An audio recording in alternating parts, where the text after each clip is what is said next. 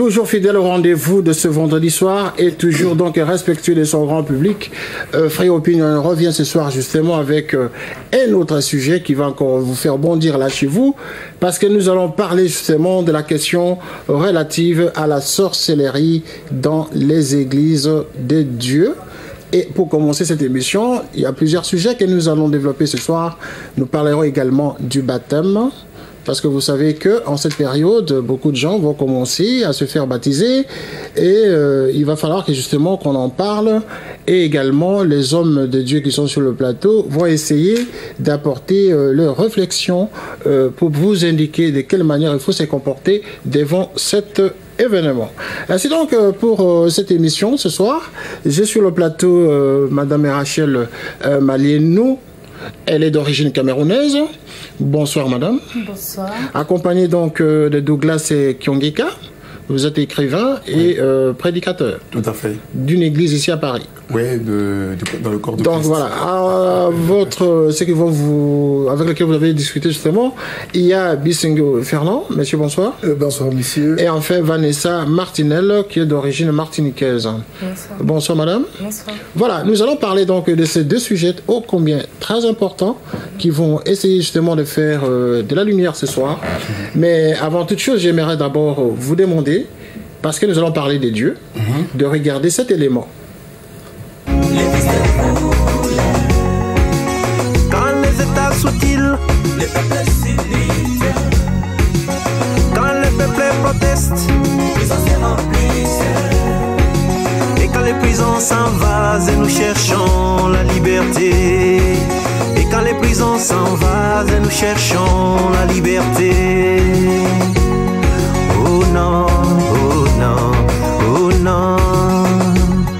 Oh non, oh non, oh non, sur le chemin de la vie. Oh non, oh non, sur le chemin de la vie. Oh non, oh non, faut-il un prix pour la liberté? Oh non, oh non, faut-il un prix pour la liberté?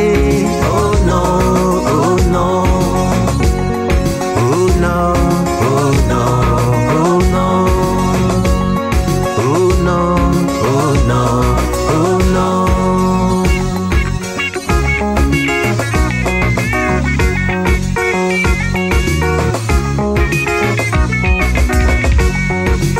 Sur le chemin de la vie. Oh non, oh non. Sur le chemin de la vie. Oh non, oh non. Faut-il un prix pour la liberté? Oh non. Faut-il un prix pour la liberté? Oh non, oh non. Oh non, oh non, oh non. Oh non, oh non, oh non. Oh non, oh non, oh non. Oh non, oh non, oh non.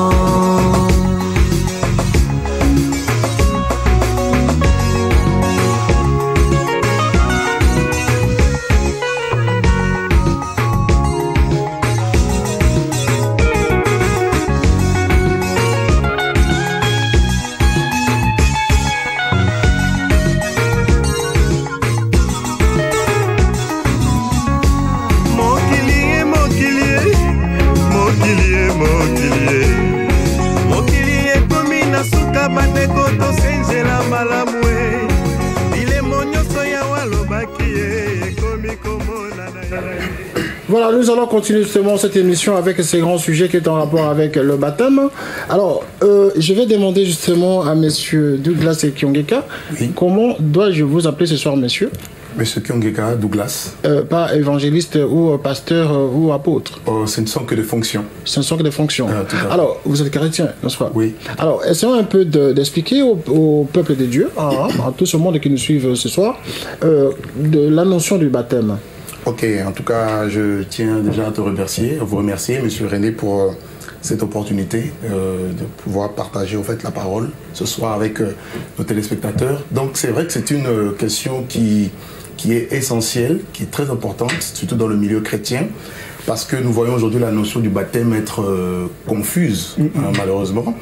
Et d'après la parole de Dieu, la Bible nous présente au fait plusieurs types de baptême. Donc nous avons pour la toute première fois, déjà le mot baptême, c'est un mot qui vient du grec baptizen, qui signifie immerger, plonger complètement.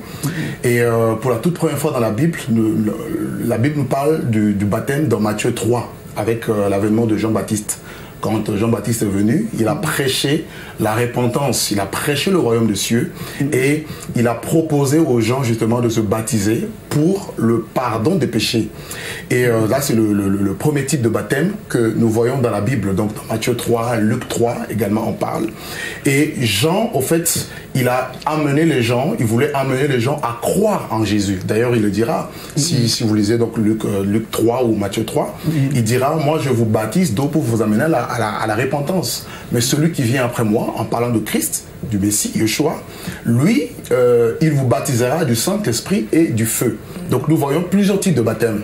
Et le premier type de baptême, justement, c'est le baptême d'eau, le baptême d'immersion, que tout chrétien ou tout disciple de Jésus-Christ est amené à recevoir juste après avoir reçu justement le Seigneur dans son cœur, juste après avoir passé par ce que la Bible appelle la nouvelle naissance, le fait de recevoir Jésus-Christ comme Sauveur et Seigneur, le fait d'avoir une intimité avec lui. Donc une fois que la personne donne son cœur à Jésus, la personne est amenée à passer par les eaux de baptême qui ne sauve pas. Parce qu'aujourd'hui on nous fait croire que le baptême sauve. Et quand on parle à des personnes, il y en a qui disent oui, est-ce que vous êtes chrétien, est-ce que vous êtes sauvé? Il y en a qui vont vous répondre oui, je suis baptisé. Oui. Alors que la question n'est pas là. Or, le baptême n'est rien d'autre qu'un engagement de bonne conscience et pour qui atteste le fait d'avoir accepté Jésus-Christ dans son cœur comme Sauveur et Seigneur. Et nous voyons Jésus-Christ lui-même, le Fils de Dieu, est passé par le baptême pour nous montrer le chemin. Parce qu'il le dit si bien dans Jean 14, 6, il dit je suis le chemin, la vérité et la vie. Donc nul ne peut venir au Père si ce n'est par moi. Donc il nous a montré le chemin à suivre. Donc le baptême qui était une préfiguration, une image, je dirais, de sa mort et de sa résurrection. Donc par le baptême, par immersion, donc nous certifions que nous sommes morts au péché et nous sommes ressuscités pour marcher en nouveauté de vie. Ça, c'est le premier type de baptême que nous voyons dans la Bible. Et le deuxième type de baptême, c'est le baptême du Saint-Esprit, qui n'est pas le parler en langue, parce que beaucoup, le pentecôtisme surtout, nous a fait croire que le baptême du Saint-Esprit était le parler en langue. Les signes initiales étaient le parler en langue. Alors que le baptême du Saint-Esprit, d'après 1 Corinthiens 12, le verset 13, le baptême du Saint-Esprit a pour rôle de nous greffer dans le corps de Christ. Or, on ne peut être greffé dans le corps de Christ qu'en recevant Jésus. C'est lorsque nous sommes scellés du Saint-Esprit à la conversion, le Saint-Esprit nous greffe dans le corps de Christ et nous appartenons à Dieu par le baptême du Saint-Esprit. Et le troisième type de baptême dont parle la Bible, c'est le baptême de feu, qui n'est rien d'autre que les épreuves, les persécutions que chaque chrétien, disciple de Jésus, est amené à subir tout au long de sa marche chrétienne jusqu'à l'enlèvement de l'Église. Rachel, votre conception du baptême? Ben oui, le baptême pour moi, c'est d'abord un engagement personnel. Tout à fait. Qui vient du plus profond de notre être. Et ça, je dirais, c'est l'aboutissement ou bien le démarrage, ça dépend de la relation. Mais c'est quelque chose qui concrétise formellement une certaine intimité, une certaine volonté d'intimité ou volonté de connaître Dieu. D'accord?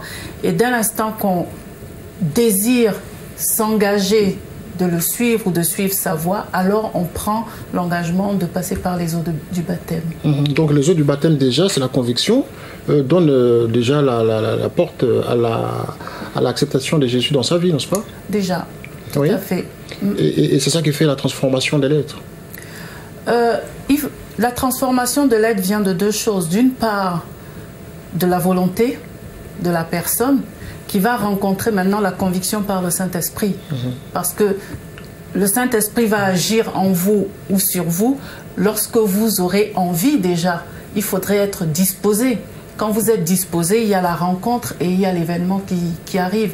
Mais si vous n'êtes pas disposé, il n'y a pas d'événement qui se produit. Donc c'est d'abord un engagement personnel de vouloir avancer dans une relation personnel et intime avec Dieu.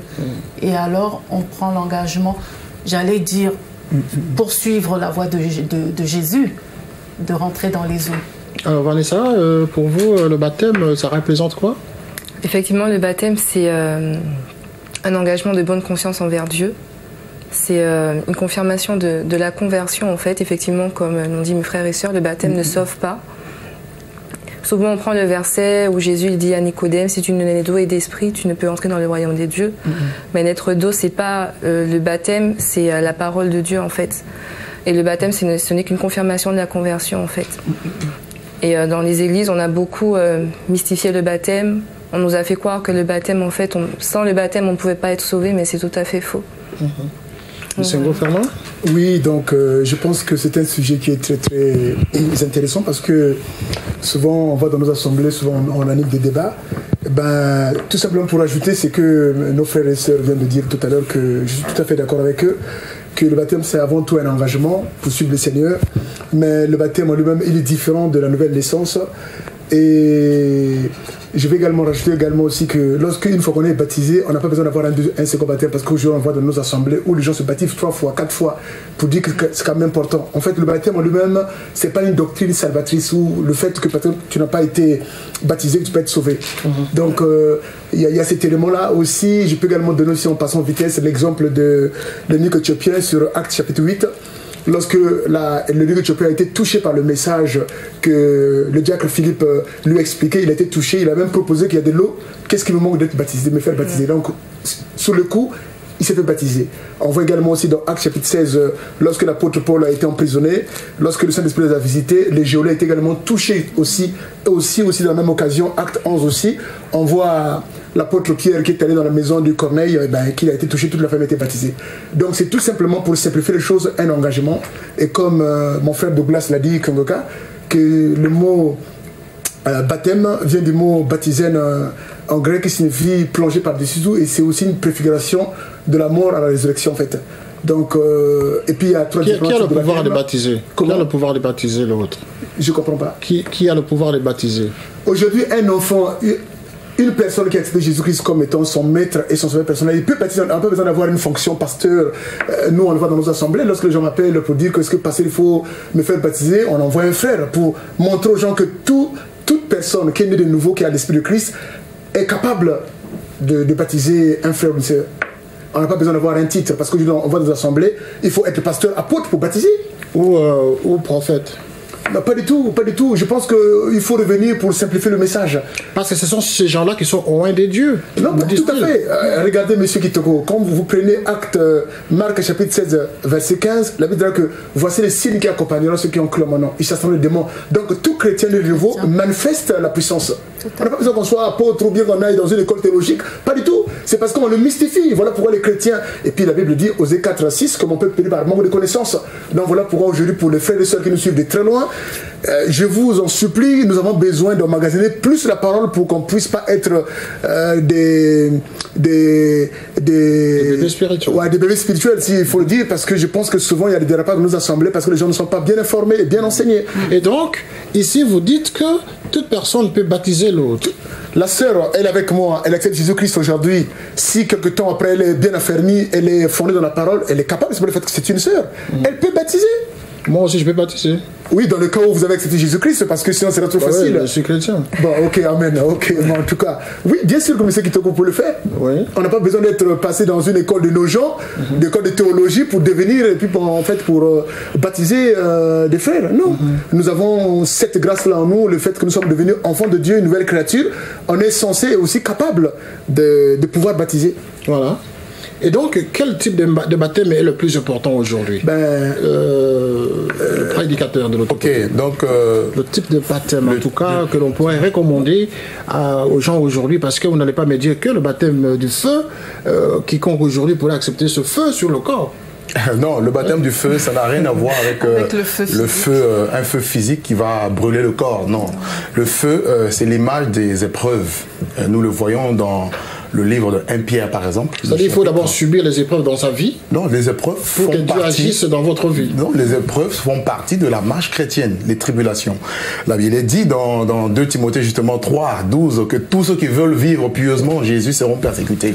Donc la persécution fait partie de la vie de l'Église. Malheureusement, nous ne voyons plus cette Église qui est dans le feu de la persécution, parce qu'il y a un autre évangile qui est proposé, qui est présenté, un évangile politiquement correct, qui met justement les épreuves, les tribulations en dehors, à côté de la marche chrétienne, sachant que la vie chrétienne, elle est basée sur la croix. Donc la mort et la résurrection de Jésus. Et Christ disait que si quelqu'un veut venir après moi, il doit renoncer à sa vie, se charger de sa croix et me suivre. Donc je pense que les 3 types de baptême sont importants. Les 3 types, parce que en parlant du baptême du Saint-Esprit, donc il faut avoir les trois types de baptême à la fois pour être vraiment enfant de Dieu. Voilà, donc le premier baptême, c'est le baptême du Saint-Esprit qu'on reçoit à la conversion, le jour où on accepte Jésus-Christ. Et le baptême est suivi du baptême par immersion. Parce que Jésus disait, celui qui croira et qui sera baptisé sera sauvé. Donc on ne peut pas accepter Jésus-Christ et refuser le baptême par immersion. Et je précise, ce n'est pas le baptême comme chez les catholiques, où on va asperger des gouttes d'eau, des gouttelettes d'eau sur la tête, mais c'est plutôt par immersion, comme le maître l'a fait. Donc vous allez me dire que le baptême avec des gouttelettes d'eau sur le front n'est pas valable? Non, n'est pas valable. Pourquoi? Parce que ça a été inauguré par le catholicisme romain. Et donc vous faites la guerre contre le catholicisme, c'est ça? Non, nous dénonçons toutes les hérésies, les pratiques qui viennent du catholicisme romain, qui annulent la parole de Dieu, comme le Seigneur le disait. En d'autres termes, vous allez dire qu'à tous les parents qui nous regardent ce soir, de ne plus amener leurs enfants à se faire baptiser dans les églises catholiques. Non, ils ne doivent pas aller parce qu'un enfant ne croit pas. Malheureusement, le catholicisme romain consacre ces enfants-là, malheureusement, et ça peut choquer certaines personnes, aux démons. Parce que, aux démons? Bien sûr, parce que Jésus dit, parce que, on va expliquer les choses. Le Seigneur dit, parce que tout ce qui est en dehors de la parole de Dieu a pour origine le diable, l'homme, le diable. Et la parole de Dieu est claire, celui qui croira et qui sera baptisé sera sauvé. Malheureusement, un bébé ne peut pas croire. Parce qu'il est bébé, il ne peut pas faire la distinction entre le bien et le mal. Donc, on voit bien que le baptême concerne des personnes qui ont cru en Jésus. Un bébé ne peut pas croire. D'accord. Messieurs, je vais vous rappeler que nous avons des intervenants qui nous appellent en grand nombre pour le moment. Mais j'aimerais d'abord donner la parole à Nanou qui nous appelle depuis l'Italie. Bonsoir Nanou. Bonsoir. Nous vous écoutons Nanou. Oui, allô, bonsoir. Et en fait, j'ai appelé pour poser une question par rapport au baptême. Donc, moi, je me suis baptisée, j'avais 3 mois ou 4 mois. Donc, moi, aujourd'hui, j'ai une petite fille qui a 4 ans. Donc, ce que j'aimerais bien savoir, parce que il y a souvent mes tantes qui me disent, ouais, voilà, je t'ai baptisée tôt, c'est pas bien. Donc, moi, ce que j'aimerais bien savoir, normalement, c'est à quel âge que tu dois être baptisée. Eh bien voilà, merci beaucoup Nanou. En tout cas, je pense que les hommes de Dieu qui maîtrisent très bien la Bible vont essayer de vous donner la réponse. Alors, Fernand. Oui, donc merci pour la question pour l'auditrice. Moi, je pense que c'est tellement simple à répondre. Vous allez voir que tout à l'heure, mon frère Douglas a expliqué tout à l'heure qu'un enfant ne connaît rien du tout. Un enfant ne sait pas lui exprimer ce qu'il pense. La Bible dit ici dans Romains chapitre 10, verset 13, « Quiconque invoquera le nom sera sauvé ». Vous savez, je vais vous donner un exemple. Pour passer, moi j'étais dans l'église catholique, j'étais servant quand j'avais l'âge de 5 ans, 6 ans, 7 ans. Je m'étais fait baptiser dans le catholicisme. Mais en évoluant, en grandissant, le jour où j'ai découvert la parole de Dieu, je me suis rendu compte que le vrai baptême, parce que la Bible déclare que dans Ephésiens 2:20, que l'église est fondée, est bâtie sur le fondement des apôtres et des prophètes. Donc ça veut dire que le baptême par immersion, c'est tout simplement un baptême qui est basé sur la doctrine apostolique. Alors quand on voit le baptême par aspersion, on prend un enfant. Moi je suis allé assister à un baptême où à l'époque j'étais encore dans le monde, un enfant qui a 3 mois. Et le curé vient, il lui verse l'eau, et l'enfant ne sait même pas dire ni amen. En fait, on ne sait même pas ce que l'enfant peut imaginer. Il n'y a rien du tout. Ça veut dire que, voilà pourquoi on a dit tout à l'heure que le baptême, en lui-même, je précise, le baptême par immersion, c'est tout simplement un engagement de bonne conscience. Est-ce qu'à cet âge-là, l'enfant a 3 mois, est-ce que l'enfant a une conscience? Donc le baptême n'est pas biblique, ce baptême par aspersion n'est pas biblique. Donc si Nanou, cette dame ou une sœur qui nous suit, si elle a besoin de s'engager pour se faire baptiser, je pense qu'il n'y a pas de problème, mais à condition que ce soit biblique, quoi. Donc le baptême par immersion. Donc le baptême qu'a reçu Nanou, en tout cas quand elle fut encore bébé, elle n'est pas valable, c'est pas biblique. Ah oui, puisqu'elle ne s'est pas engagée. En fait, elle ne s'est pas baptisée, on l'a baptisée. C'est ça la nuance. Nanou, je ne sais pas si vous m'entendez, mais quand vous dites que vous avez été baptisé à l'âge de 3 ou 4 mois, ce n'est pas vous. Quand vous êtes bébé, vous ne décidez de rien. Or, la définition du baptême, elle est simple. C'est un engagement personnel. À 3 mois, vous ne pouvez pas prendre un engagement personnel.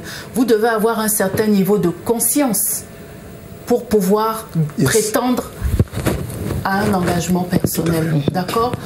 Donc, si votre fille a 3 ans ou 4 ans, il y a des enfants de 4 ans qui sont très éveillés, mais qui peuvent vous dire « j'ai envie de me baptiser, maman », mais vous pouvez continuer à faire grandir cet enfant avec la connaissance de la parole que vous avez. Vous pouvez, et l'enfant de lui-même, parce que même à 4-5 ans, je pense que c'est un peu jeune.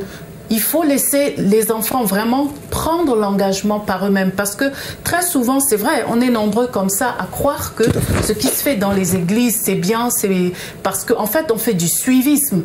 Et c'est ainsi que Dieu dit, mon peuple périt par manque de connaissances. Après, nous évoluons avec un voile tellement épais qu'il y a beaucoup de choses qui nous passent au travers.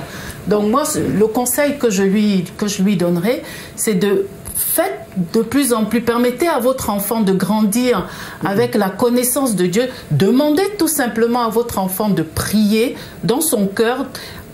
Parlez-lui, discutez, apprenez-lui que Jésus peut être son ami, son frère, son parent. Oui, mais par rapport à son propre baptême qu'elle a reçu, que doit-elle faire aujourd'hui? Aujourd'hui, est-ce qu'elle est capable de dire « moi, je me suis engagée avec Dieu » ? Oui, elle peut le faire parce qu'elle est déjà adulte. Donc voilà, si elle est prête à le faire, alors elle peut se faire baptiser. Mais se faire baptiser où? Dans quelle confession religieuse?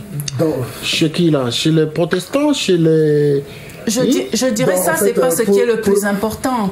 Ah, mais c'est important, hein? Je pense que pour aider ma soeur, elle peut chercher un endroit où on prêche la parole en totalité. Et si réellement elle est convaincue, ben... Oui, les endroits où on prêche la parole en question. Mais il y a des catastrophes qui se font aujourd'hui. J'aimerais signaler justement à tous ceux qui nous regardent que le fameux baptême par immersion vient de causer des catastrophes dans un pays d'Afrique. Parce que nous avons reçu des mails ici où il y a eu des morts d'hommes. Parce qu'il y a eu baptême par immersion dans une rivière. Et les gens ont disparu comme ça. Comment pouvez interpréter cela? Manque de connaissances. Bon, c'est vrai que les circonstances sont un peu floues. On ne peut pas vraiment bien expliquer ce qui s'est passé, parce que j'ai essayé de suivre un peu les informations, parce que j'étais sur Kinshasa quand... c'était à Kinshasa. Oui, c'était à Kinshasa, en RDC. Donc il y a 2 jours, de cela, j'étais là-bas. C'est là où il y a vraiment la flambée actuelle de la démagogie spirituelle dans tous les quartiers. Malheureusement, il y a beaucoup de bazar, et il faut vraiment le retour à la parole de Dieu pour... Donc en résumé, vous venez de Kinshasa? Oui, on vient de Kinshasa. Et donc cette catastrophe, vous l'avez vécue? J'en ai entendu parler. J'en ai entendu parler, et j'ai essayé de voir un peu sur les informations qu'est-ce qui s'est passé réellement. Il y a eu des morts d'hommes. Il y a eu des morts d'hommes. Donc qu'est-ce qui s'est passé réellement? Et nous avons quelqu'un justement qui est prêt à nous témoigner sur cet événement. Nous allons le prendre dans la deuxième partie de l'émission parce qu'on va tenter justement de le contacter sur Kinshasa. Continuez. Ok, donc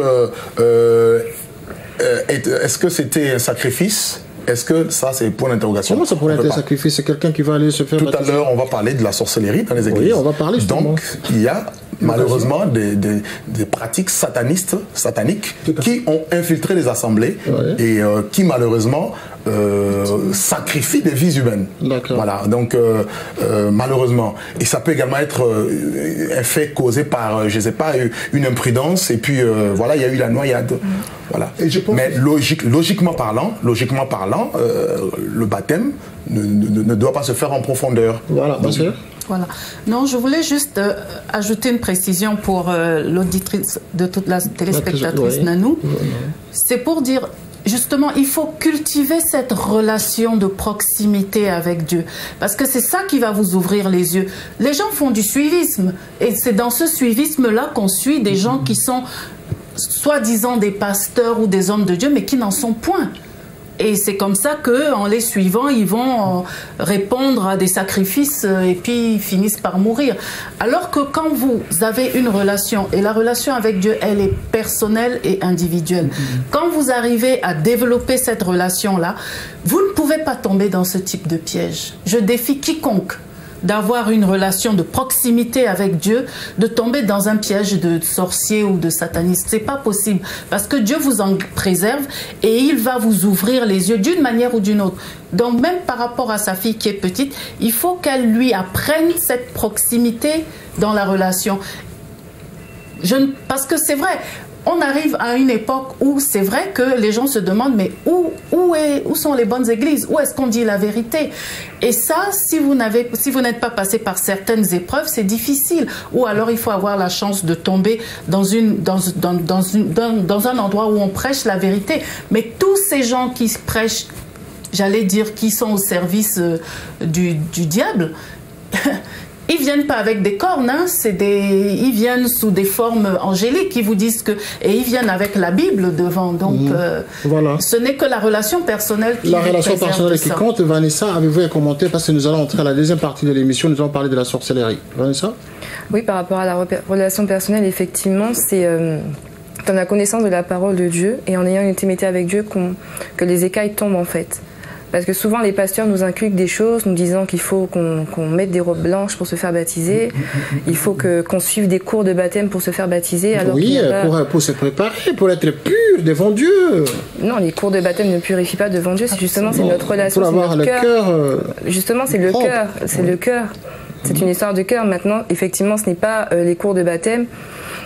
C'est vrai que c'est bien pour la connaissance, mais nous n'avons pas d'apprendre. Ce n'est pas obligatoire en fait. Ah bon? On n'a pas besoin d'avoir les cours de baptême pour se faire baptiser. La Bible ne dit pas, pour vous faire baptiser, il faut que vous soyez enseigné, il faut que vous soyez ici, que vous mettez des robes blanches, il faut que ce soit le pasteur qui vous baptise. Non. Oui, en un mot, parce que nous avons un intervenant au téléphone. Oui, donc ce que je voulais rajouter, c'est que je voulais quand même préciser pour que les personnes qui nous suivent le comprennent réellement. En fait, on n'a pas besoin d'aller dans un fleuve pour se faire baptiser. Ça peut être dans une baignoire où on peut se faire baptiser. Et puis, on n'a pas besoin non plus aussi d'avoir des éléments apparents comme les habits blancs. Dans quoi vous avez dit? Dans une baignoire, on peut baptiser. Dans une baignoire? Tout à fait. Ça nous délivre les femmes d'autrui? Non, ça, c'est pas une délivrance. Je précise bien concernant une baptême. Qui va les baptiser dans la salle de bain? Non, je précise bien le baptême d'immersion, on peut le faire dans une baignoire. C'est quand même risquant. Là. Parce que vous savez qu'il y a certaines personnes qui trouvent très loin d'une rivière. Ça veut dire que si on a de l'eau, on a une baignoire, on fait se faire baptiser. Voilà, nous allons prendre donc Cyril qui nous appelle les Corbeilles. Bonsoir Cyril. Bonsoir Cyril. Oui, monsieur, bonsoir. Nous vous écoutons, monsieur. Je suis Cyril de Corbeil. Nous vous écoutons. Alors, oui, en fait, je veux intervenir par rapport à ce que le monsieur qui en... Allô? Vous pouvez parler un peu plus fort, monsieur, on vous entend pas très bien. Hein? Je vais intervenir suite à la réponse que... En fait, suite à ce que le monsieur qui est en chemise blanche vient de dire. Nous vous écoutons. Oui, parce que tout à l'heure, j'ai suivi, donc je suis en train de vous suivre, quand il a dit que un bébé, on ne peut pas le baptiser. Oui. Oui. Donc je disais que je suis contre par rapport à ces propos. D'accord. Il va tenter de vous convaincre justement parce que il s'est basé sur la parole de Dieu qui est écrite sur la Bible. Monsieur, est-ce que vous pouvez répondre? Oui, tout à fait. Bon, je remercie l'auditeur qui nous a posé la question. Téléspectateur. Et les spectateurs, bien sûr. Je voulais tout simplement poser la question. Par exemple, un monsieur, vous qui nous suivez, par exemple, un enfant qui a 2 mois, un enfant qui a 3 mois, est-ce que l'enfant s'est parlé déjà? L'enfant n'a pas une conscience pour dire qu'il prend un engagement comme la sœur a dit tout à l'heure. Donc c'est tout simplement, le baptême en lui-même, c'est un engagement personnel qu'on prend. Alors que c'est avéré que les enfants qui ont 3 mois, qui ont 4 mois, qui ont 5 mois... On ne peut pas faire engager un enfant par ses parents. Non, pas du tout. C'est un engagement personnel où la personne s'engage. Mais si cet enfant arrivait à mourir, est-ce qu'il verrait Dieu? Parce qu'on suppose qu'après le baptême, ma porte est ouverte pour rencontrer Dieu. Ah non, pas du tout, c'est ce qui est mauvais. Voilà. Parce que vous savez, lorsque nous prenons Romains chapitre 10, à partir du verset 9 à 10, la Bible dit ici que si tu crois dans le Seigneur Jésus-Christ, si tu convertis de tout ton cœur le Seigneur Jésus-Christ, si tu crois dans ton cœur qu'il a été ressuscité de notre mort, tu seras sauvé. Donc c'est tout simplement une confession que la personne fait. Donc un enfant qui a 2 mois, 3 mois, parfois, peu importe même 6 mois, l'enfant n'a pas une conscience pour se rendre compte que ce qu'il est en train de dire est vrai ou pas. Alors c'est les parents qui s'engagent. Et on voit dans le catholicisme, aujourd'hui des parents après le baptême de l'enfant, donc le baptême entre parenthèses par aspersion, où les parents font la fête. Croyant que l'enfant acceptait le baptême, alors que ce sont les parents, par le biais du baptême, qui ont voulu faire leur fête. Donc ça, c'est des raisons qui ne tiennent pas debout. Donc voilà pourquoi nous, en tant qu'enfants de Dieu, on a besoin de se baser. Qu'est-ce que dit la Bible? La fête des parents, quoi. Ah, c'est une occasion peut-être. Donc voilà, donc j'aimerais d'abord rappeler à tous nos téléspectateurs, vous pouvez nous appeler au 01 45 55 76 87, le numéro habituel, ou nous écrire sur freeopinion@telesud.com. Ainsi donc que nous allons entrer à la première moitié de la deuxième partie, qui va nous conduire justement vers la sorcellerie. Mais avant toute chose, nous allons regarder un extrait qui nous indique justement l'un des types de baptême qui s'appelle le baptême du Jourdain.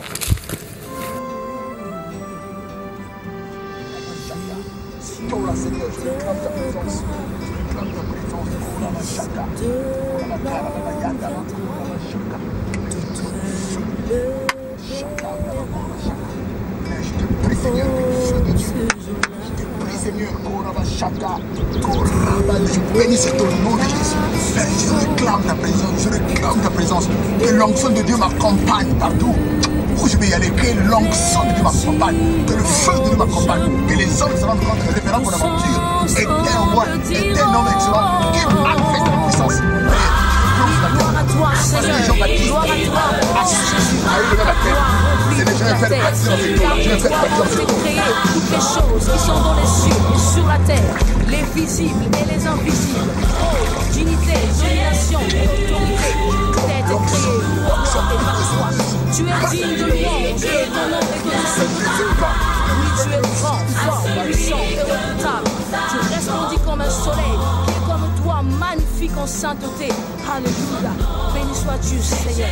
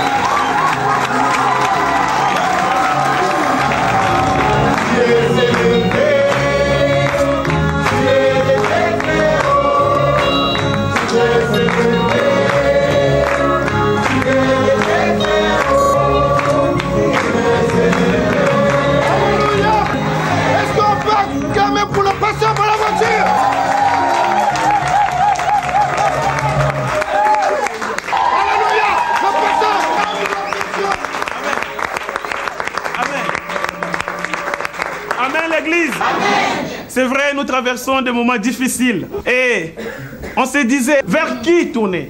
Qui peut venir nous aider dans ces moments difficiles? Il m'a parlé. Amen. Il m'a dit,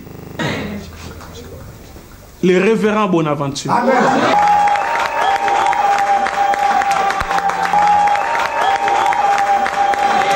J'ai obéi à Dieu. J'ai appelé Bonaventure. Et aujourd'hui, il revient du Jourdain. Il est venu pour résoudre notre problème. Amen. Je lui laisse la place. Est-ce qu'on peut l'accueillir?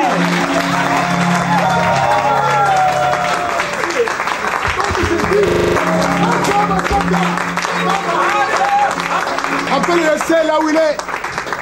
Triple onction dans ma vie. J'en ai 6, hein. J'en enlève la moitié. Rentre sur lui. Vous allez voir au moins ce que Dieu ne m'appelle pas. Quelque chose de nouveau a commencé ici. Dieu m'a montré qu'il y avait des rébellions dans le cœur. Mais si vous ne vous repentez pas maintenant, beaucoup de choses vont se passer.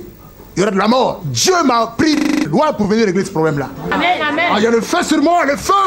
Le feu sur toi, le feu, attention. Dieu est avec toi dans toute ta vie. Tu n'as pas besoin de te lamenter. Tu n'as pas besoin. Mais attache-toi encore au Seigneur parce que Dieu est en train d'agir dans ton couple. Je prie. Oui, arrive à toi. Je vous ai prévenu.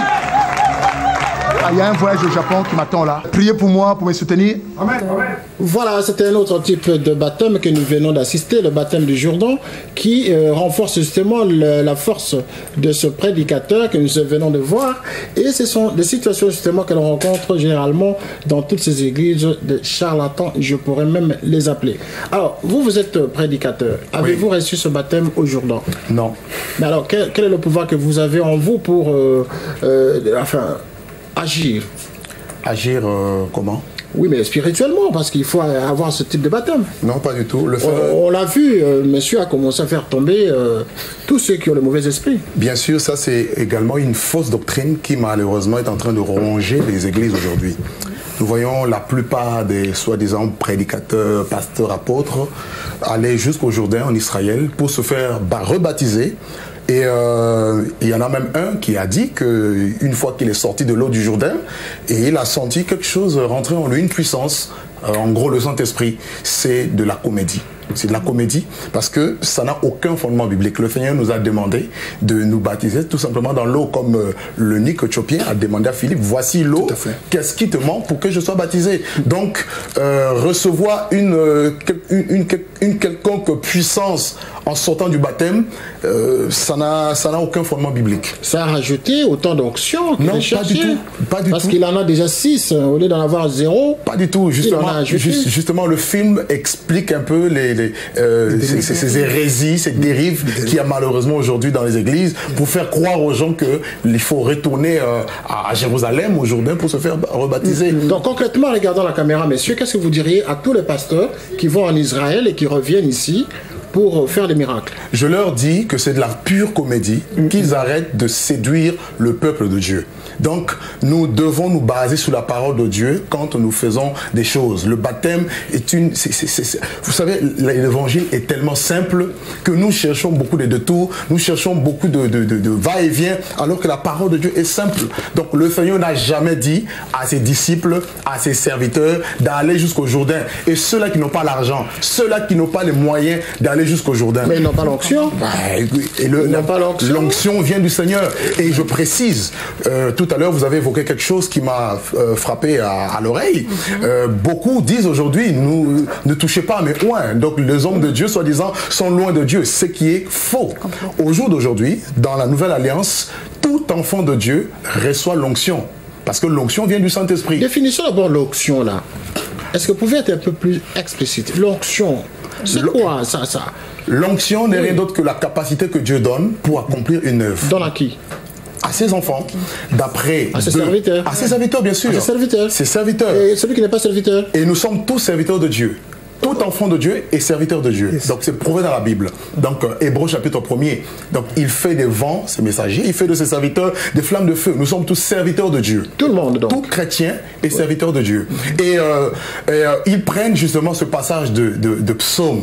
Si vous permettez, je peux lire. Oui, allez-y. Voilà, donc ils prennent ce passage. D'avoir des preuves sur le plateau. Voilà, parce qu'il y a beaucoup de dérives. Je reviens de Kinshasa, où j'ai vu beaucoup de charlatans se baser sur des versets qui vont tordre le sens pour avoir une certaine position et dominer le peuple de Dieu. Et frère, le temps est arrivé où nous devons revenir tout simplement à la parole de Dieu. C'est la raison pour laquelle vous êtes invités chaque soir, donc Afrique Opinion, justement. Et nous sommes... La seule émission qui soit capable de discuter de ce genre de sujet. Et nous sommes ravis de répondre à... Bien sûr. Psaume 105, le verset 15, il est dit, ne touchez pas à mes oins et ne faites pas de mal à mes prophètes. Bon, voilà. Ils prennent ce verset et ils entendent le sens. Alors, il faut comprendre que lorsque ce psaume a été écrit, sous la loi.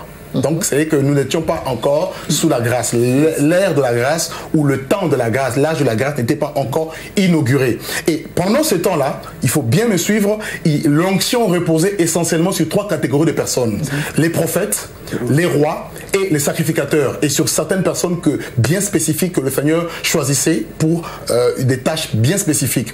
Et à la venue de Christ, Christ est venu pour inaugurer l'année de grâce. Il le dit si bien dans Luc chapitre 4. L'Esprit du Seigneur est sur moi, car l'Éternel m'a oint pour porter de bonnes nouvelles aux pauvres, pour guérir ceux qui ont le cœur brisé, pour délivrer les captifs et pour proclamer une année de grâce, c'est-à-dire le temps de grâce. Et depuis la croix, la mort et la résurrection de Jésus et la Pentecôte, la venue de l'Esprit l'esprit sur les 120 à l'église, la naissance de l'église, nous sommes entrés dans le temps de la grâce. Et dans ce temps de la grâce, nous bénéficions automatiquement de l'onction de Dieu, de la grâce de Dieu. Et par conséquent, nous sommes oints par le Seigneur. Et il y a des versets qui appuient. Si vous lisez par exemple 2 Corinthiens chapitre 1er, le verset 20 au verset 22, la parole nous dit clairement que nous avons reçu l'onction de la part de celui qui est saint. Et dans 1 Jean chapitre 2, le verset 20 et le verset 27, il est dit clairement que pour vous, l'onction que vous avez reçue de lui est véritable. Et cette onction est censée vous enseigner toutes choses. Elle est véritable, elle n'est point un mensonge. Donc, cette onction n'est rien d'autre que le Saint-Esprit qui vient pour nous enseigner. Donc, sous la grâce, tout enfant de Dieu est oint par le Seigneur. Ce n'est pas seulement les pasteurs, les apôtres, les prophètes, c'est tout enfant de Dieu, les docteurs, c'est tout enfant de Dieu qui est oint. Lorsque la Bible dit ne touchez pas mais oint, il est question également de toi, de vous, monsieur René, il est question de ma soeur, de tout le monde. On est tous des oints de Dieu. Voilà. Depuis ce soir, vous tous qui nous regardez, nous sommes tous des oints de Dieu. Il n'y a pas un oint spécial qui soit avec sa Bible quelque part pour vous embrouiller en vous disant que non, ne touchez pas ma oint. Et on lui porte la Bible. Et on lui porte la Bible, ma soeur. Ah oui, ça c'est tout à fait des fausses doctrines. Je veux dire que l'onction n'est pas réservée. Tout à l'heure, vous avez dit l'onction sur les hommes de Dieu. Non. L'onction, ce n'est pas que sur les hommes de Dieu. Vous avez des enfants qui ont certaines onctions. Ce ne sont pas des hommes de Dieu. Donc, c'est Dieu qui donne. D'accord? Et puis, vous pouvez, quand vous grandissez... Ce n'est pas au travers, absolument pas. De l'homme.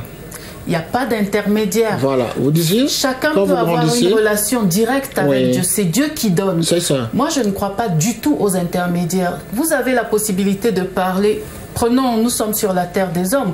On vous donne la possibilité de discuter avec le président de la République. Vous pensez que vous allez, pour parler au président qui est devant vous, vous allez aller chercher un ministre pour lui poser la question de si vous pouvez parler au président? Non, c'est ridicule.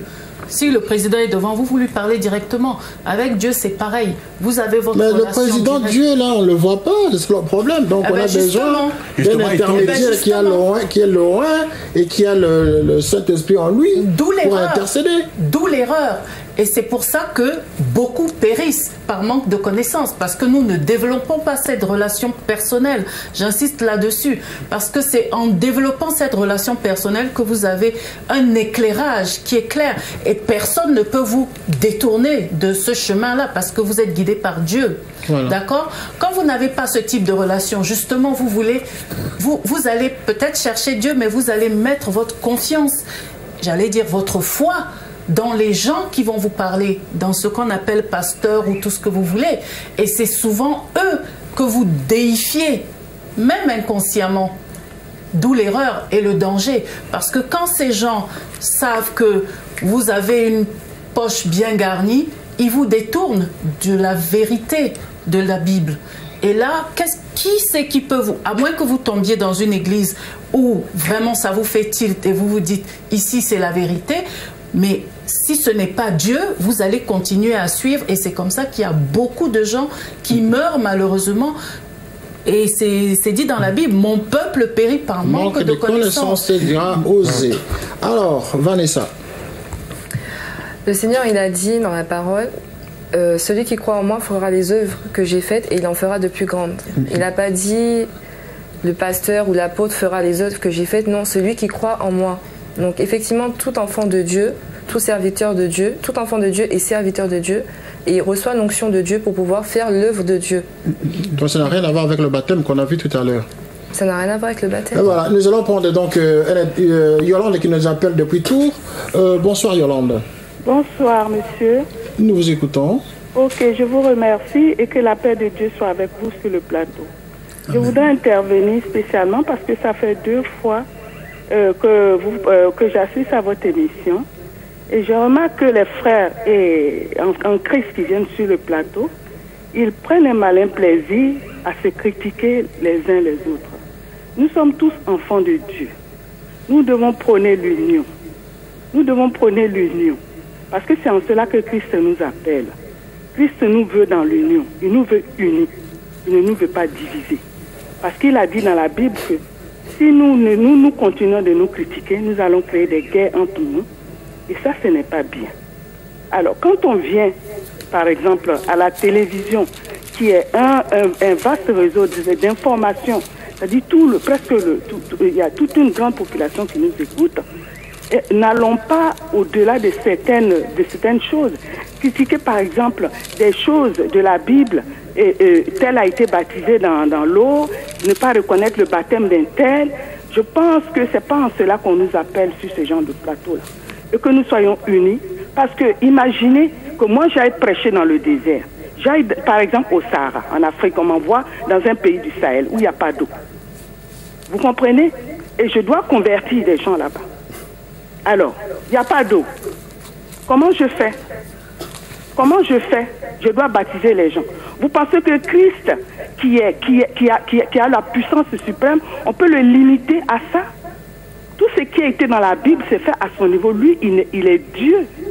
Donc, il nous a confié la création qui n'est pas achevée. Il nous a créé, il nous a tout donné. Donc, il ne faut pas qu'on polémique chaque fois qu'on arrive là, parce que quand moi je vois des gens qui ont été baptisés étant enfants, on contredit cela, on va contre ça. Oui, pourquoi tel a été baptisé?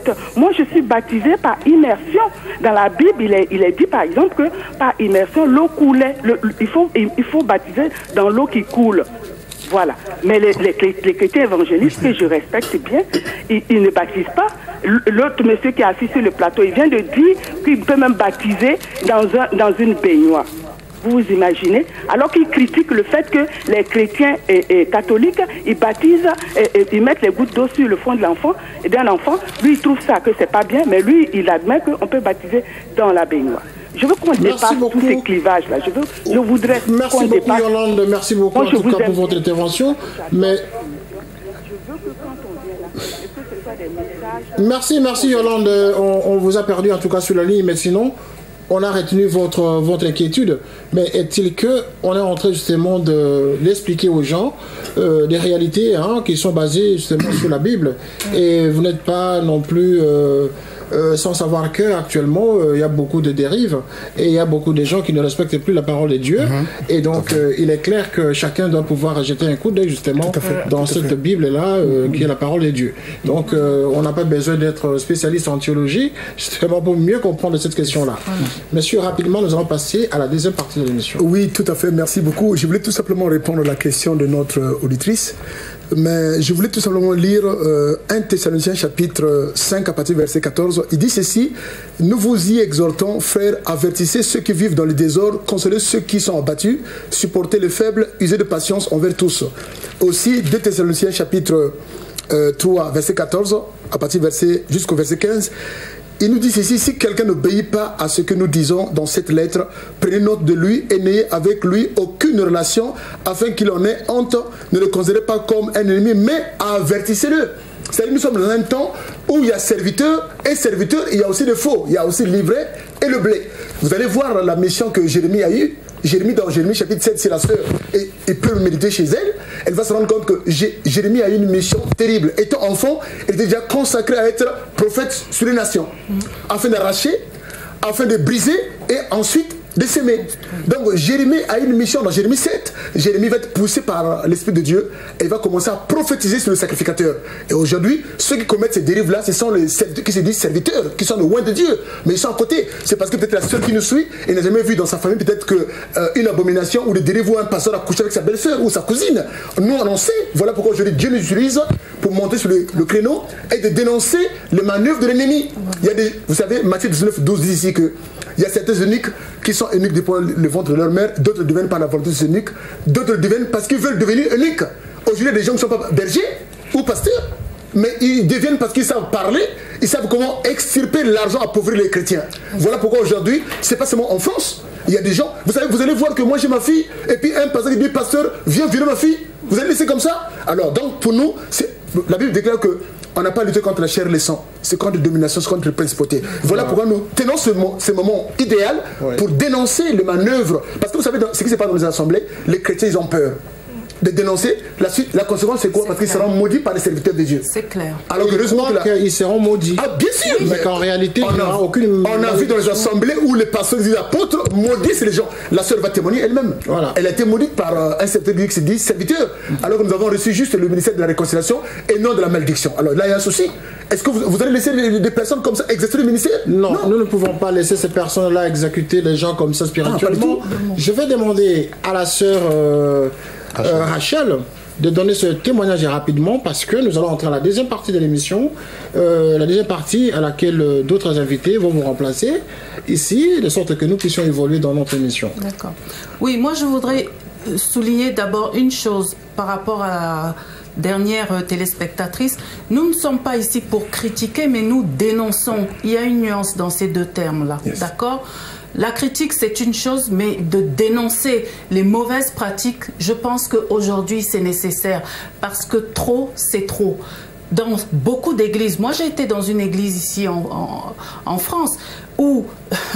En fonction de par votre situation professionnelle, si vous avez l'habitude, on vous prêche sur la dîme. Quand on sait que vous avez la main légère, comme on dit, et que vous voyez l'œuvre de Dieu, vous voulez que ça avance, donc vous mettez le paquet, eh ben, les pasteurs se font amis avec vous, et puis ils vous encadrent bien, on vous sort de votre famille, enfin bref, c'est vraiment tout un système qui est mis sur pied. Donc ça, c'est des choses qu'il faut dénoncer. Aujourd'hui, j'en parle, et puis ces pasteurs-là, c'est vrai, ils sont là, ils maintiennent le peuple dans une certaine terreur. Donc, quand vous commencez à poser des questions, on vous dit « Oh, vous raisonnez beaucoup, il ne faut pas raisonner avec les choses de Dieu. » Mais en fait, ils vous maintiennent dans le voile bien opaque, bien épais, parce qu'il ne faut pas que vous voyez clair. Donc, une fois que moi, Dieu m'a ouvert les yeux, aujourd'hui, personne ne m'empêchera de dénoncer ce que je trouve absolument inacceptable. Voilà, merci beaucoup d'être passé à cette émission et surtout d'avoir donné ce témoignage en direct. Je pense que la sœur qui nous a suivis, hein, Yolande, comme ça, vous avez suivi une femme justement avoir le courage de passer à la télévision pour dénoncer et non pas critiquer. Il y a nuance. Donc, je vais demander à Vanessa également, qui va nous quitter pour la fin de la première partie, à dire un commentaire sur tout ce qui est dit jusque-là. Effectivement, la Bible dit « Vous connaîtrez la vérité vous affranchira ». Donc il y a beaucoup de personnes qui sont victimes de ces choses-là, qui ont besoin d'entendre en fait la vérité par rapport à ces choses-là, qui sont captifs des hommes de Dieu. Et comme la sœur a dit, on n'est pas là pour critiquer, mais on dénonce dans le but que certaines personnes, ça leur ouvre les yeux également. Merci beaucoup Vanessa et merci beaucoup restez à votre place et je vais demander justement à vous deux de revenir prochainement lors d'une émission que nous allons organiser sur les femmes martyrs dans les églises. Et donc à cette occasion-là, je pense que les femmes qui nous regardent vont réagir parce que nous aurons beaucoup de témoignages, parce que les femmes ont été violées dans les églises, les femmes ont été pillées justement parce qu'on a profité de leur situation de faiblesse et on les a exploitées. Ainsi donc nous allons entrer dans la deuxième partie de l'émission pour parler de la sorcellerie. Mais avant toute chose, nous allons regarder cet élément.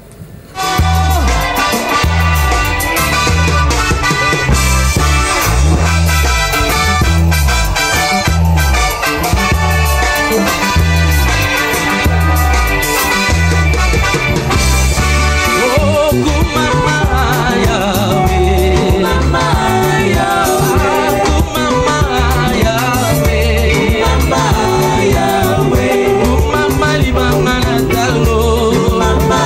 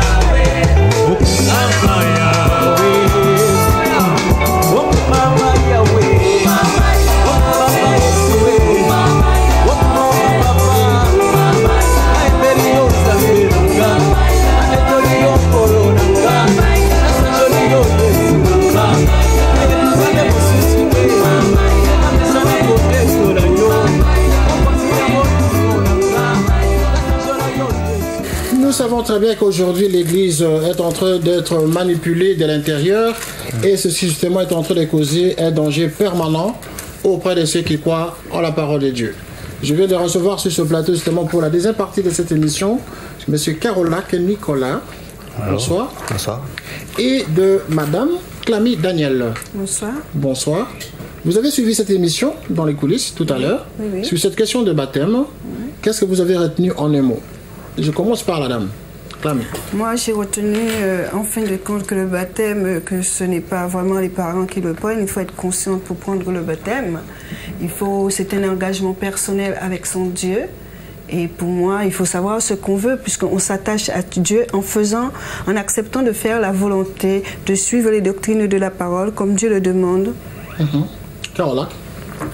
Tout simplement, moi, le baptême, j'ai retenu que c'est un engagement de bonne conscience envers Dieu, en fait, comme nous le dit la Bible dans 1 Pierre 3, le verset 21, en fait. Tout simplement, c'est un engagement qu'on prend envers le Seigneur de le suivre, en fait. C'est une manifestation extérieure de notre foi, en fait, tout simplement. Quel est votre point de vue par rapport à l'intervenante qui a appelé tout à l'heure en disant que ceux qui sont sur le plateau ce soir sont en train de critiquer, justement, on se critique entre nous, et ce n'est pas une bonne chose. Est-ce que cette façon de dire aide justement ceux qui sont dans l'ignorance?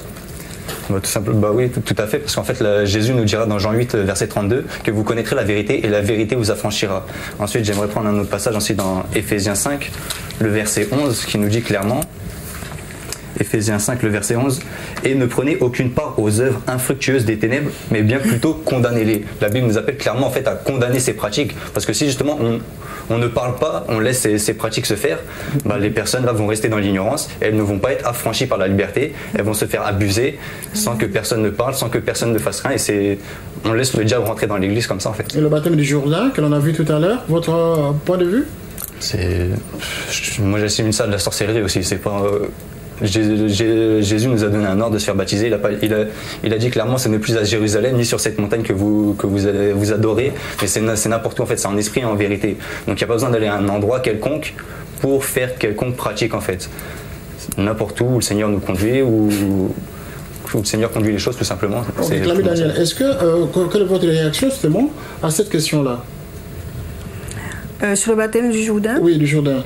Moi, je trouve que c'est un esprit de religion traditionnelle, puisque bon, ça, c'est pas ce baptême qui est marqué. La doctrine de la parole, c'est pas ainsi qu'il nous parle du baptême.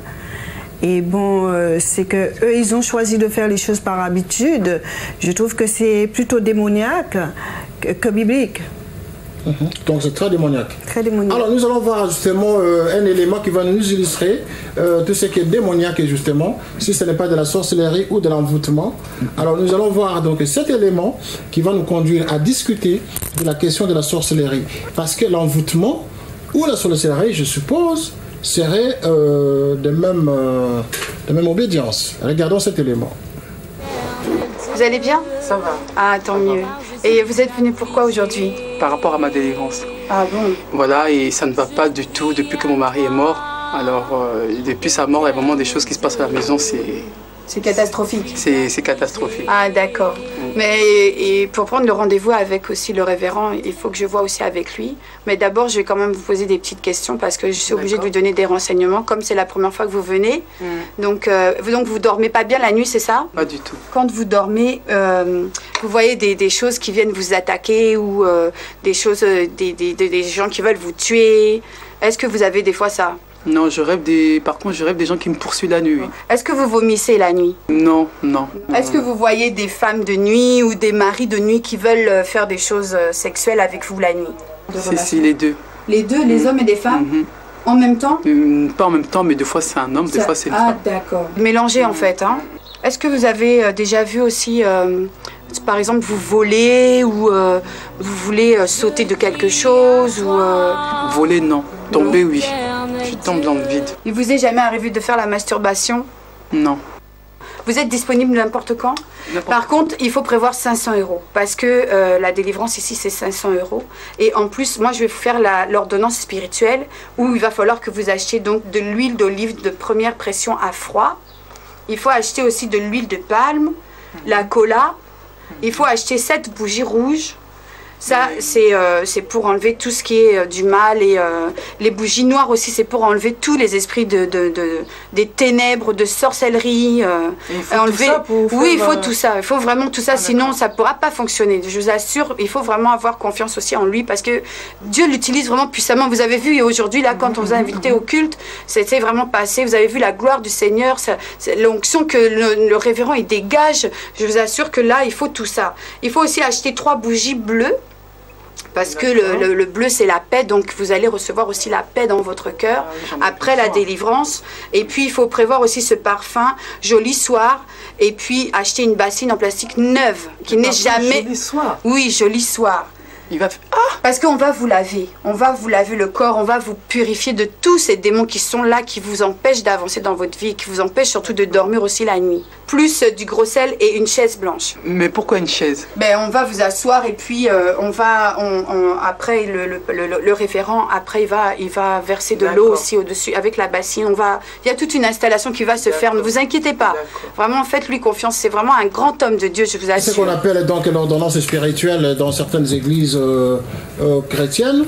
Alors, l'ordonnance spirituelle, l'évangéliste ou le prédicateur, c'est pas, finalement, il y a de la confusion. Alors, on est habitué, vous vous appelez par ces genres de titres.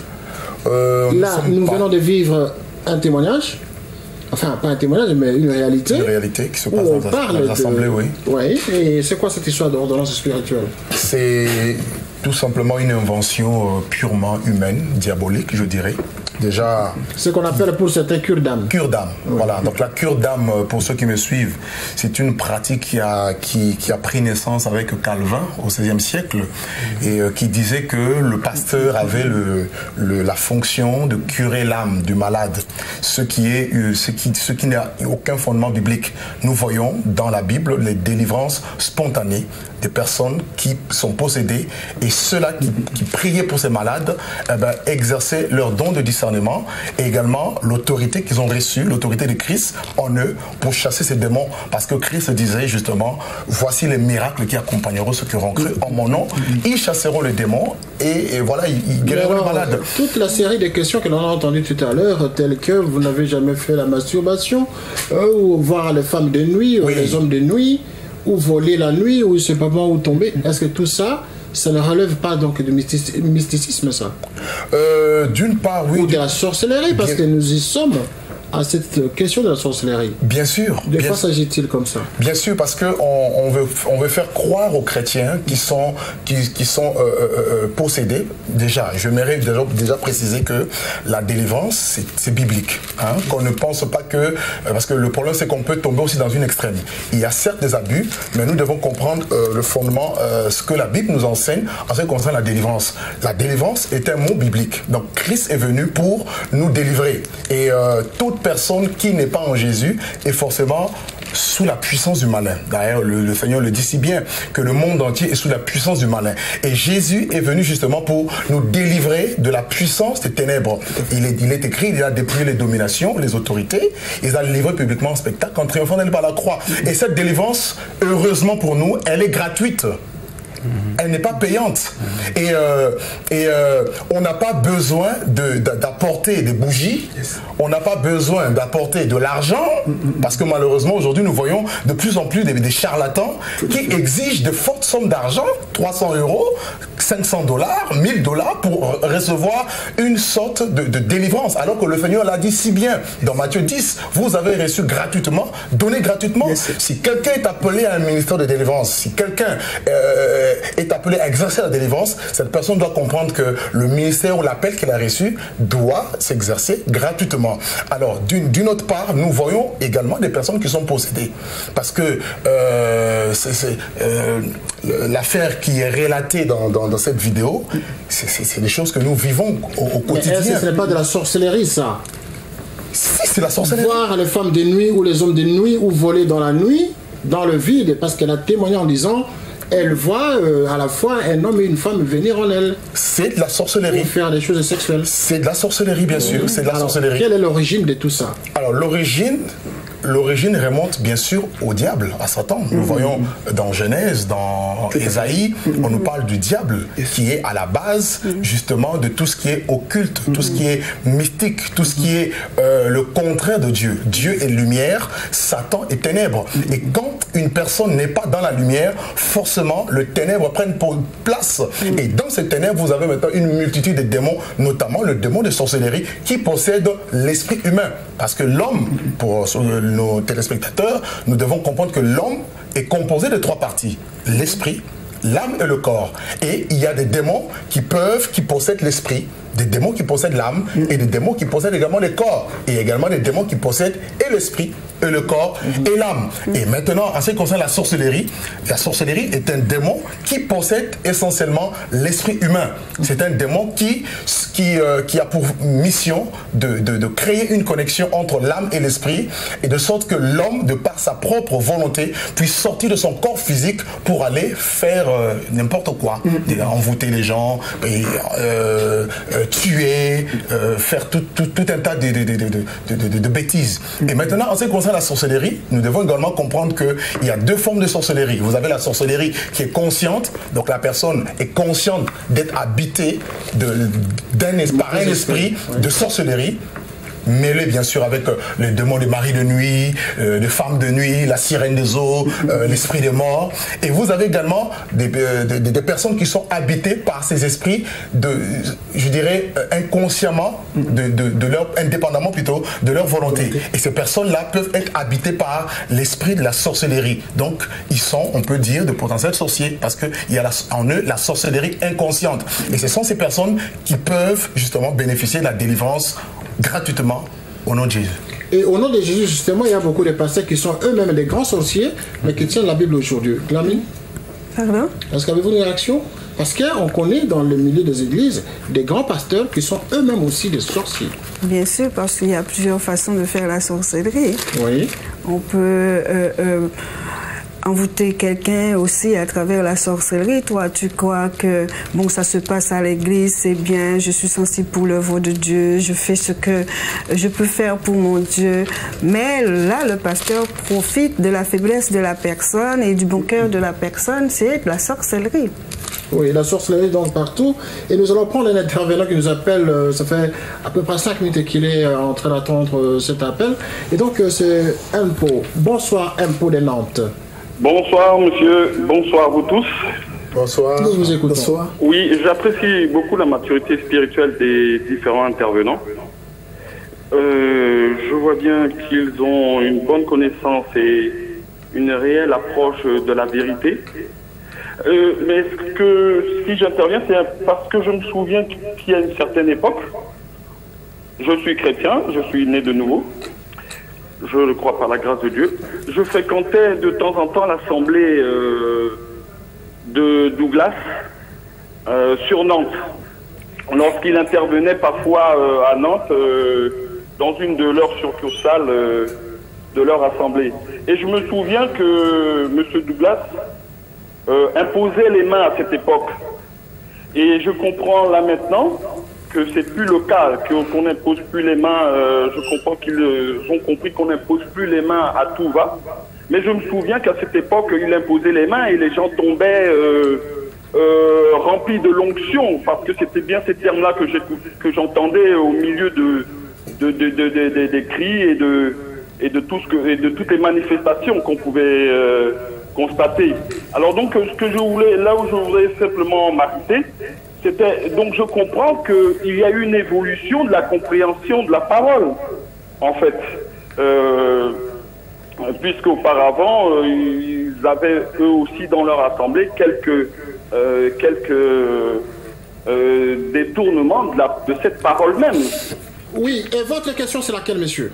Ma question est, donc monsieur Douglas, avez-vous auparavant pratiqué-vous, étant chrétien, étant homme de Dieu, pratiquez-vous auparavant certaines déviances bibliques, et qu'actuellement avez-vous compris que ces déviances étaient maintenant étaient de la sorcellerie, étaient démoniaques, et que maintenant vous vous repentez et que maintenant vous comprenez que Voilà, il vous a vraiment écouté, votre question est pertinente. Merci beaucoup de l'avoir posée. Alors Douglas, répondez, c'est quelqu'un qui vous connaît. Hein. Bien sûr, bien et sûr. Vous êtes en train de critiquer les autres. Bien sûr, non, voilà, pas donc, critiquer, dénoncer les dénoncer, mais alors celui-là, en tout cas, il vous connaît. Ok, en tout cas, je bénis la personne qui justement qui vient d'intervenir. Et ce n'est pas du tout Avez-vous vous-même pratiqué dans le passé certaines déviances? Non. Pas du tout, parce que... Qu'est-ce qu'il prouve? Non, parce que nous efforçons justement d'appliquer la parole de Dieu. Et si la personne nous suit très bien, nous sommes en train de nous baser sur ce que nous avons vu sur la vidéo. Et il est bien stipulé dans la parole, l'imposition de main est tout à fait biblique. Ce n'est pas une pratique contraire à la Bible. Donc le Seigneur dit... Dans Marc, au chapitre 16, voici les miracles qui accompagnent ceux qui auront cru. En mon nom, ils chasseront les démons. Ils imposeront les mains aux malades et les malades seront guéris. Donc ce n'est pas une doctrine nouvelle que je suis en train d'inventer. J'étais en train de parler de la sorcellerie dans les églises, comment elle évolue. Mais heureusement ou malheureusement, nous retrouvons des personnes possédées qui viennent dans nos assemblées et nous devons exercer le ministère de délivrance parce que Christ, nous le voyons délivrer les gens. Il y a plusieurs exemples où nous voyons Jésus-Christ délivrer des personnes possédés, les apôtres, l'ombre de Pierre qui chassait les démons, les mouchoirs de Paul qui chassaient les esprits impurs. Les disciples de Christ ont pratiqué la délivrance. C'est une pratique qui est tout à fait biblique. Voilà pourquoi j'ai voulu amener un peu l'équilibre, qu'il n'y ait pas au fait un déséquilibre en ce qui concerne la délivrance, parce que on peut malheureusement tomber dans une extrême. Alors le fait de tomber lorsque le pasteur vous lance son costume et que toute la masse tombe, est-ce que c'est de la délivrance ou de l'envoûtement ou de la sorcellerie? Bisengo. Oui, bon, c'est pas forcément de l'envoûtement, c'est parce que il a donné c'est de l'onction. Si, c'est une présence de Dieu, c'est l'onction, tout simplement. Sur le costume, là. Je dis bien aussi, c'est pas forcément. Répondez-moi concrètement, sur le costume qu'il jette sur le public. En fait, pousser, bon, je vais quand même parler avec beaucoup de réserve. Les gens, ils tombent, monsieur. Tout à fait. Vous avez l'option. Le costume que je lance sur les disciples dans mon église et ils tombent en masse. Vous savez que la Bible nous parle par exemple de l'ombre de Pierre guérissait le malade, on voit par exemple les vêtements, le mouchoir de Paul guérissait. Donc ça veut dire que si on est poussé que je dis pas que ce soit une habitude par habitude comme on dit tout à l'heure, c'est une monotonie, mais Dieu parle d'habitude. Mais c'est lorsqu'on est conduit par le Seigneur, on peut pratiquer, on peut jeter, mais souvent il y a beaucoup plus de dérapage. Et puis forcément que ceux qui le font ne sont pas forcément des hommes de Dieu, parce que souvent il y a beaucoup plus de mysticisme, il y a la franc-maçonnerie, il y a la rose-croix, il y a le voodoo, il y a beaucoup de choses qu'on voit. Donc voilà pourquoi je ne dis pas qu'aujourd'hui que les hommes qui le font sont de la franc-maçonnerie, mais on a besoin d'avoir quand même du discernement pour voir ce qu'ils font, si réellement ils sont poussés par le Seigneur ou pas. Et puis deuxièmement, je voulais intervenir un peu sur l'action de la cure d'âme. Vous allez voir, j'ai médité tout à l'heure sur Actes chapitre 3. Là, il dira que l'apôtre Pierre et Jean allaient au temple. Ils ont vu tout de suite un homme qui était paralytique. Est-ce qu'ils ont eu le temps de faire la cure d'âme? C'est pas peut-être ton père qui était malade, lui qui était possédé. Tout de suite, l'apôtre Pierre va le dire. J'ai ni or ni argent, mais c'est que j'ai la foi en moi, et a fait marcher le paralytique. Donc voilà pourquoi toutes ces pratiques-là dans l'église, on n'en a plus besoin en fait aujourd'hui. Aujourd'hui, on a besoin de voir des hommes remplis de feu et manifester la puissance. Remplis de feu. Tout à fait. Et puis le feu, c'est de quel feu vous parlez là? Mais je parle de feu, selon bien sûr aussi Matthieu chapitre 3, 11 qu'on a dit, c'est le feu, c'est simplement la présence de Dieu aussi. C'est le jugement, la présence de Dieu en toi. Et c'est également qui va, parce que quand on dit tout à l'heure en Matthieu 3, verset 11, que les deux autres baptêmes là, ce ne sont pas le baptême que l'homme administre, c'est le baptême qui vient par le Saint-Esprit. Donc voilà pourquoi lorsqu'on est des hommes de feu, on peut manifester cela. Une question pratique maintenant. Comment peut-on guérir de la sorcellerie? Je commence par la dame. Par une délivrance déjà. Délivrer la personne qui pratique la sorcellerie ou délivrer la personne auquel on a envoûté à travers la sorcellerie. Je crois que c'est les... Et la parole, lire beaucoup la parole, se référer beaucoup à la parole qui est la lumière et la vérité. Lui-même, il est pasteur, il est sorcier, comment il va mais il doit se rendre compte que ce qu'il fait, c'est pas le voie de Dieu et se repentir et retourner à la parole. Il ne se rend pas compte qu'il continue à faire son œuvre dans l'église. Alors là, c'est la mort pour lui, hein, s'il ne se rend pas compte en fin de compte. Carolac. Tout simplement, il faut qu'il arrive à la connaissance de la parole, en fait. Il faut qu'il réalise que ce qu'il fait, c'est péché. Alors, avant de terminer cette deuxième partie, pour entrer justement au niveau des témoignages, j'aimerais d'abord demander vous demander, monsieur Bisengo, concrètement, comment peut-on guérir de la sorcellerie? Mais en résumé, hein? Oui, en résumé, le premier point, c'est d'abord se repentir. La repentance, c'est un terme qui vient du terme grec métano, qui signifie changement de mentalité. On a besoin de se repentir réellement pour reconnaître qu'on a mal agi. D'accord. Et ensuite, aussi avoir l'humilité, parce que souvent c'est l'humilité, parce que l'humilité présente la gloire de Dieu. Souvent c'est l'humilité par orgueil, on a du mal. Nous, on voit des gens parfois qui sont dans un péché quelconque, pas forcément la sorcellerie, mais les gens ont du mal à avouer. Alors, lorsque nous lisons Proverbe 28:13, la Bible dit que celui qui cache ses transgressions ne prospère pas, mais celui qui les avoue, qui les reconnaît, obtient la miséricorde. Donc on a besoin, premièrement, même 1 Jean 1:8-9 nous le dit également, nous avons besoin de se repentir, nous avons besoin d'avoir aussi l'humilité de reconnaître qu'on est dans une impasse pour permettre que le Seigneur puisse agir en nous. Merci beaucoup. Donc, nous allons entrer au moment des témoignages. Mais avant de regarder cet élément, j'aimerais demander à Glani de nous donner son témoignage avant de nous quitter pour la fin de cette émission. Un témoignage, rapidement. Ça fait 9 ans que je suis à l'église évangéliste qu'on dit, oui, mais moi, je me rends compte que je n'étais pas avec un bon pasteur. Et puis, en fin de compte, bon, je me suis attachée, c'était plutôt sentimental vis-à-vis de sa femme, de ses problèmes personnels, de tout ce qui se passe à la maison. Maman pasteur, quoi. Maman pasteur. Voilà. On était plutôt sœurs très, très intimes. Sans savoir qu'elle vous exploitait. Sans savoir. Moi, je croyais bien faire, je croyais aider, je croyais faire l'œuvre de Dieu. Et il y a un jour que maman pasteur est venue, le pasteur ne travaillait pas, c'est vrai, c'était la disette à la maison. C'était souvent que j'allais faire des courses pour essayer d'arranger la situation. Elle m'a demandé de faire un prêt qu'elle va me rembourser dans 6 mois pour permettre au pasteur d'aller travailler. Bon, mais je l'ai fait, mais dans l'idée que certainement ça ne va pas marcher puisque je venais de faire le prêt de ma voiture personnelle. Mais malheureusement, ce prêt a marché. Et puis, les 6 mois ont passé. Là, ça fait 1 année et demie. Là, ils ont commencé à payer 1 mois sur 2. Ou sinon, je dois aller faire l'harcèlement moral pour qu'ils puissent me payer. C'est le 6. Voilà, il faut déposer l'argent et ceci. Et jusqu'à ce que j'ai changé d'église. Pas tout à fait. J'ai été dans une église à Sarcelles, le pasteur, comment il s'appelle? On ne cite pas le nom. Voilà. Et voilà, là, j'ai eu ma première délivrance. Et c'est quand j'ai commencé vraiment à dire au pasteur, tout de suite après la délivrance en rentrant le soir, je les ai appelés, j'ai dit là, j'ai porté plainte parce que bon, ce que je veux faire, j'arrive pas à le faire. Maintenant, c'est moi, j'ai rien à manger et voilà, vous vous souciez même pas. Bon, on va bientôt régler les choses, on va faire un crédit, bon, on va solder ce crédit. Et ce crédit n'a pas été soldé jusqu'à maintenant. Et donc maintenant, vous êtes en trouble, en problème avec le pasteur. Ah, maintenant, oui. Qui vous a exploité. Voilà. Jusqu'au fond. Voilà, jusqu'au fond. Jusqu'à vous ruiner, quoi. Jusqu'à presque me ruiner. Mais voilà, nous avons un témoignage comme ça. Presque me ruiner. Oui, il y a un autre témoignage, mais comme nous sommes justement à la fin de l'émission, et qu'il y a encore un intervenant qui va venir donner son témoignage également, je vais justement demander à la régie de nous envoyer le magnéto pour que les gens regardent ce magnéto en vous demandant justement de revenir prochainement pour enrichir ce témoignage, parce que quelqu'un d'autre va vous remplacer. Merci, et nous allons regarder justement cet élément.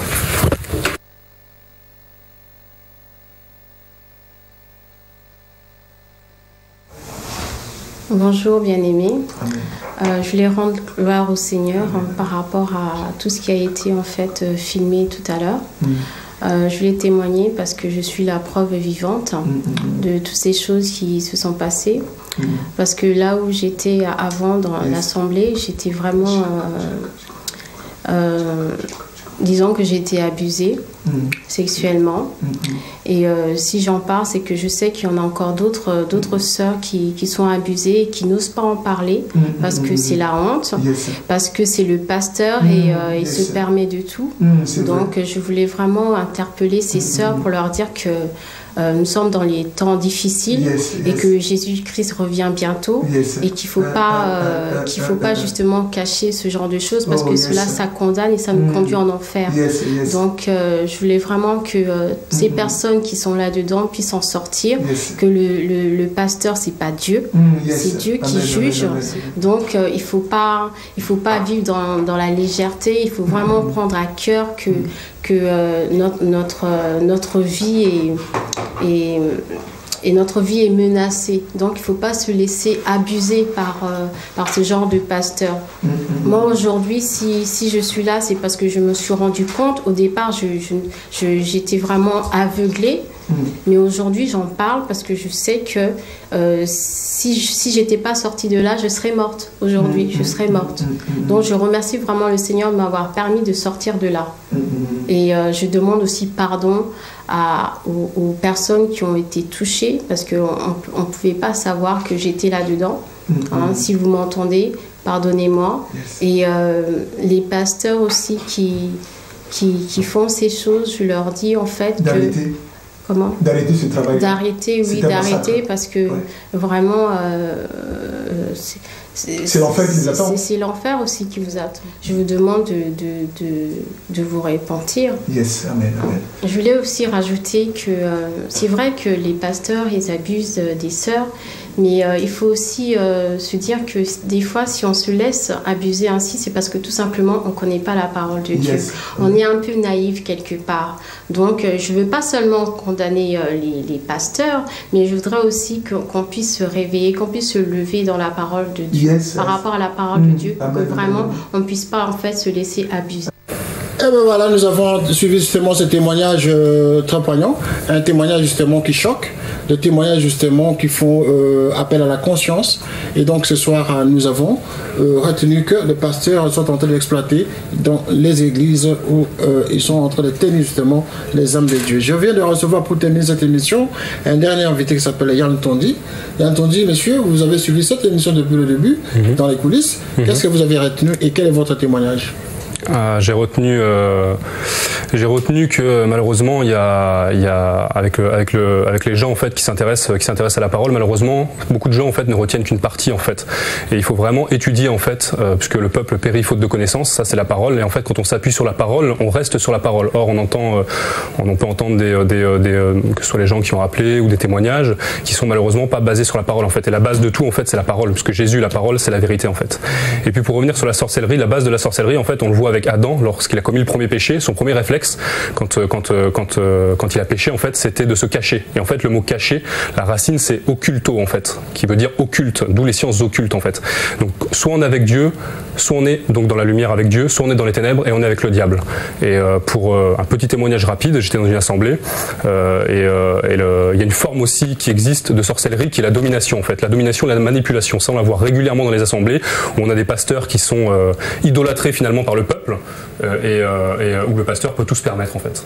Donc il va manipuler les gens, il va prendre des gens autour de lui, il va leur faire ce qu'il veut, quand il veut, où il veut, il va bâtir son église alors que Jésus est venu et il a dit à Pierre, tu es Pierre et je bâtirai mon église. C'est l'église de Jésus, c'est pas l'église des hommes, et malheureusement aujourd'hui les hommes s'accaparent les âmes et les personnes, et on peut dire aussi que le peuple aussi qui ne veut pas justement rentrer dans la connaissance de la parole, parce que quand on met la connaissance et la vérité sous le nez finalement il la rejette, sont aussi fautifs. Et par rapport au baptême? C'était le premier sujet de notre émission. Oui, tout à fait, par rapport au premier baptême par immersion, baptême du Jourdain, tout ça, quel est votre point de vue? Par rapport au baptême, la parole est claire aussi là-dessus. Il y a le baptême par immersion. Maintenant, c'est vrai que les deux hommes qui étaient autour de Jésus sur la croix, il y en a un qui a rejeté Jésus, l'autre qui a cru, et Jésus lui a dit... Quand il sera mort, il sera aussi au ciel avec Jésus. Jésus lui a dit.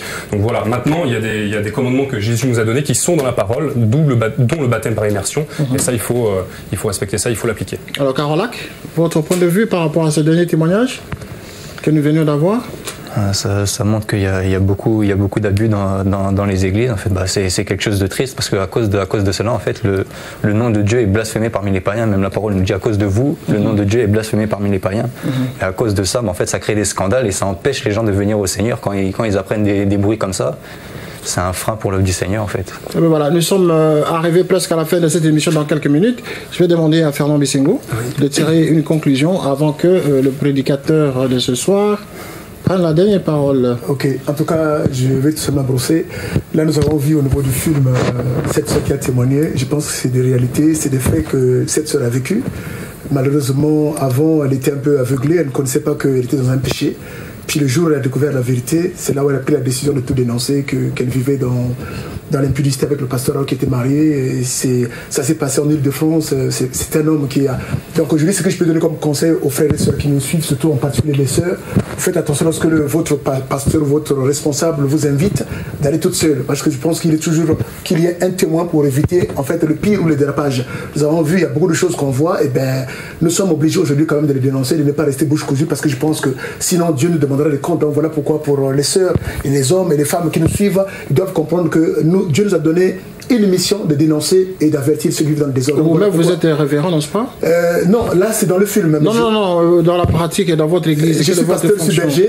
Comment vous y prenez pour éviter ce genre de tentations? Non, je pense que lorsque je reçois quelqu'un, soit au bureau ou bien à l'assemblée, ben, je ne suis pas seul, je suis toujours accompagné, assisté d'un frère, d'une sœur. Donc c'est pour éviter le dérapage, parce que ça peut arriver à n'importe qui. Voilà pourquoi d'ailleurs la Bible dira que celui qui est debout prenne garde de ne pas tomber. Parce que ça le dérapage peut arriver. Oui, bien sûr, mais c'est-à-dire, c'est le fait que lorsqu'on est dans la distraction où on ne fait pas attention à soi-même. L'esprit d'impudicité peut arriver, c'est ça? Vous savez, la Bible dit dans 1 Jean chapitre 5 verset 18 que celui qui est de Dieu, Dieu le garde, mais lui-même qui se préserve. Donc nous avons besoin, parce que c'est l'ennemi risque de toucher. Donc nous avons besoin aujourd'hui, avec la parole, avec le peu que nous connaissions, de faire attention, de se préserver davantage, parce que l'ennemi, il sait par où il peut frapper. Donc voilà pourquoi lorsque je reçois des femmes ou des sœurs ou des frères, je ne suis pas seul, je suis assisté d'un frère, d'une sœur pour permettre de régler la chose avec les collègues des anciens. En faisant aussi de l'ordonnance spirituelle? Non, ça, je pense que c'est les manœuvres que nous avons dénoncées tout simplement par le biais du film pour montrer aux gens. Oui, mais dans la pratique? Dans la pratique, nous ne le faisons pas. Vous faites ça chez vous? Ah non, pas du tout. Dans la Alors pratique, quel conseil, je vais me retourner justement, pour lui il va donner des conseils. Les conseils qu'il faut faire, c'est parce qu'aujourd'hui, on n'a pas besoin qu'un frère ou une sœur qui est malade, que le pasteur lui demande de prescrire qu'il achète des bougies ou des parfums Saint-Michel, Archange, tout ça. Bien aimé, on n'a pas besoin de ça. Je pense que ce qui peut nous aider aujourd'hui, c'est la parole. Voilà, vous connaissez la parole et la vérité. La vérité vous rendra libre. Ce qui nous délivre aujourd'hui, c'est pas les pratiques ancestrales ou démoniaques ou Voilà pourquoi je remarque aussi que l'église est paganisée avec le système occulte du monde qui sont dans l'église. Et moi, je suis africain. On a vu qu'à un moment donné en Afrique, pour être guéri, il fallait tenir un morceau de bois et il faut une feuille, un peu de piment sur le lit.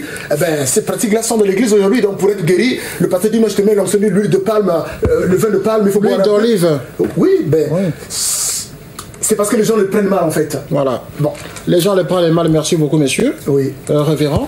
Non, je m'appelle merci, prédicateur. Merci d'avoir apporté cet éclairage-là. Il n'y a qu'un seul homme qui peut être révéré, c'est le Seigneur. Donc, si j'en profite que pour les gens qui prennent les noms de révérends, ou bien l'aigle, l'oral, le châle de feu, je pense que c'est une abomination. Et puis Dieu nous demandera le compte par rapport au titre qu'on prend. Voilà, M. Douglas Kiongeka, vous êtes présenté au début de cette émission comme le prédicateur. Alors, comment vous y prenez pour conclure cette émission? Eh ben, j'aimerais juste dire aux gens, aux pasteurs qui sont des charlatans, qui sont dans des pratiques occultes telles que la sorcellerie, la rose-croix. Et vous savez, la sorcellerie, hein, juste pour effet vite fait, toute pratique qui va en dehors de la parole de Dieu s'ouvre aux démons. Donc, on peut parler de la sorcellerie, on peut considérer la sorcellerie comme étant tout ce qui s'ouvre dans le monde occulte. Et comme par exemple aujourd'hui, nous voyons le péché dans les églises, nous voyons la religion qui a pris place, qui a remplacé le Saint-Esprit, la parole de Dieu. Nous voyons les hommes qui aujourd'hui se font ordonner en soutane avec l'huile d'olive, comme il a si bien dit. Quand nous voyons des gens qui prennent la place de Dieu, qui cherchent des titres, tout ça. Et qui font des miracles. Voilà, toutes ces choses, en fait, s'ouvrent à la sorcellerie. Et tout simplement, la Bible nous demande à ces personnes de se repentir du péché. Et également, autre chose, je demande aux chrétiens de lire la Bible et de méditer la parole de Dieu. Et surtout d'avoir l'esprit de discernement. Parce que à la fin de temps, le Seigneur a prédit qu'il y aurait l'église apostate, qui n'est rien d'autre que la Babylone, qui va de plus en plus prendre place. Et cette Babylone, elle est basée sur la sorcellerie. Et Dieu dit, mon peuple, sortez du milieu d'elle, sortez de Babylone. Merci. Yann, t'en dis un mot de la fin? Je dirais la même chose aussi, que les gens vraiment lisent la parole, s'attachent à la parole et s'attachent uniquement au Seigneur Jésus et à Dieu et non pas aux hommes. Ne tombent pas dans l'idolâtrie. Carolac, pour terminer l'émission. Pour terminer, je dirais dans le même sens en fait, et rester attaché à la parole. Même l'apôtre Paul nous exhorte à rester attaché à la parole authentique telle qu'elle a été prêchée en fait. C'est dans le titre, on peut dire ça. Donc faut rester attaché à la parole vraiment comme elle a été enseignée. Faut pas dévier, faut pas essayer de déformer ça, introduire les coutumes, les traditions, plein de choses comme ça. Rester attaché au Seigneur quoi. Bissengo, 30 secondes. Oui, je pense qu'il y a aussi la sorcellerie de manière cachée. C'est les pasteurs qui s'extirpent l'argent des frères et sœurs dans l'assemblée, disant que Dieu m'a dit, ils achètent des maisons. Ça, c'est aussi purement la sorcellerie, parce qu'on en connaît. Alors, on n'est pas là pour citer les noms, je pense qu'on serait prêt. Mais je vous dis, frères et sœurs, vous qui êtes homme de Dieu, femme de Dieu, ne le faites pas parce que Matthieu 7, 21 va s'accomplir un jour. Quand vous serez dans la présence de Dieu, Dieu vous demandera compte. Vous avez dit peut-être que nous avons chassé les démons, Dieu vous dira que Dieu ne vous a même pas envoyé. Parce qu'il y a beaucoup de dérives que les gens, non, que les hommes ne dénoncent pas. Et nous les connaissons parce que nous sommes dans le service. Voilà pourquoi vraiment, c'est aussi une manière aussi de sorcellerie cachée. Oui, sorcellerie cachée. Douglas, on a fini l'émission. Dernière seconde. On a la repentance, tout ce que le Seigneur demande, la repentance et à ceux-là qui sont possédés, qui veulent la délivrance, cherchez des frères et sœurs qui craignent le Seigneur et au nom de Jésus, vous serez délivrés. Parce que le Seigneur dit, il n'y a de salut en aucun autre nom, car il n'y a sous le ciel aucun autre nom qui nous a été donné, parmi lesquels nous devons être sauvés. C'est le nom de Yeshua, Jésus-Christ de Nazareth. Amen. Merci beaucoup. Au nom de Jésus, nous serons sauvés. Au nom de Jésus, le monde sera justement sauvé et épargné du péché pour lequel nous sommes poursuivis par le diable qui nous guette. Merci d'avoir participé, monsieur, à cette émission qui a été très enrichissante. Merci à tous ceux qui nous ont suivis à travers le monde. Merci également à ceux qui ont téléphoné justement et à ceux qui restent à une heure aussi tardive à regarder Frère Opinion. À vendredi prochain pour un autre numéro.